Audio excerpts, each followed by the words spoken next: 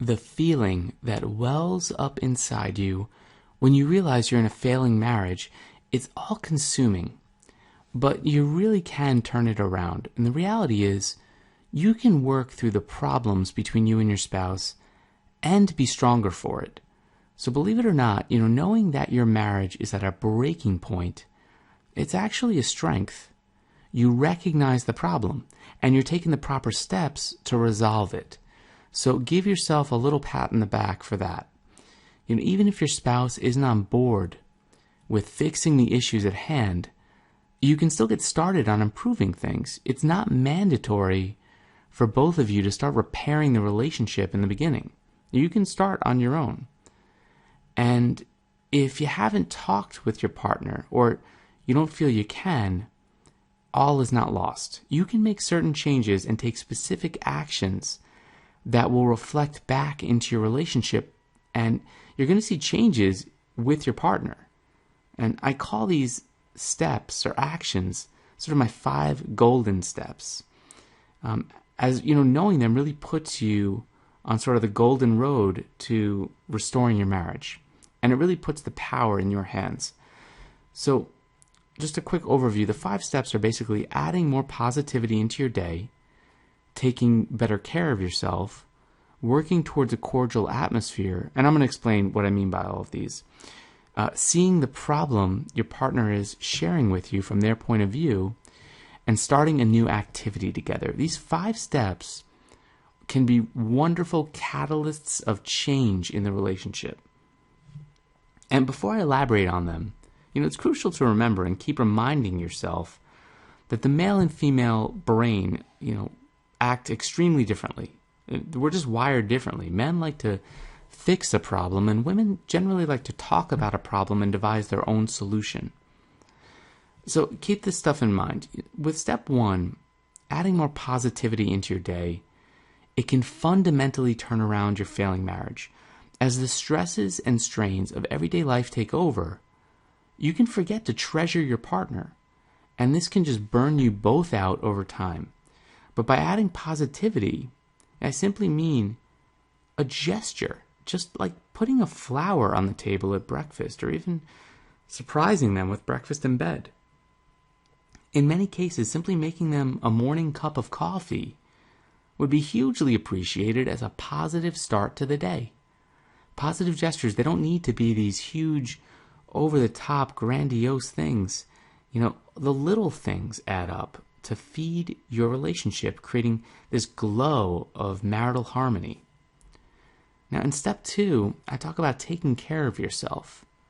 So, some people regularly attend the gym, have manicures, a weekly hair appointment, and that perfect whitened smile. But is this you? It might be that your partner or you've let yourself go to some extent. And, a positive gesture from step 1, which sort of feeds well into step 2, might be sort of booking this short pampering session for yourself.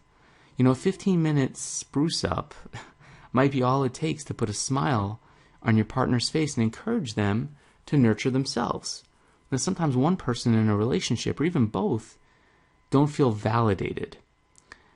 And it's vital to recognize that you have high value, and you have friends and family who depend on you, and you deserve the best.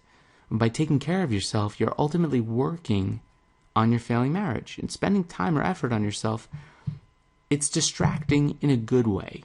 Sometimes it's easy to get lost in this whirl of marital negativity and forget to take care of your own mental and physical well-being. So this addresses that. Now, in step 3, I talk about using your manners. And I know that may sound oversimplified, but this little added etiquette, it's an easy way to let your spouse know that you appreciate them. So do you add please or thank you, regularly throughout your day? Do you expect your partner to do certain things during the day or week and no longer feel the need to give praise or show basic appreciation for it? If this is you, then for the next 24 hours, see how many times you can use please and thank you appropriately. Really focus on times to use them. If they took out the trash, like they always have, since you got your first house together. Say thank you, As your partner starts to feel appreciated, feel that positivity that starts flowing into your relationship and use it. Now, step 4 may be hard to use when you get lost in arguing with your partner. But try to see the situation from your partner's perspective. And remember, their viewpoint might be wrong to you, but to them it's valid.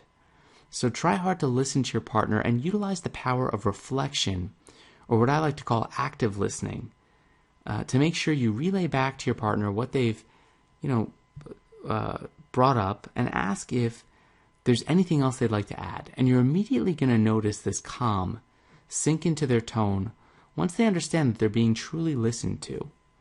So maybe you vehemently disagree with what they have to say, but at least you've shown them you've taken on board what they have to say and understand it before saying your feelings on the matter. Step 5, I talk about starting a new activity together. Really, it's a hobby you can start together. You're taking up a new interest is a hugely positive step to rebuilding your failing marriage. And it could be that you choose to embrace your partner's interest or something they've talked about in the past.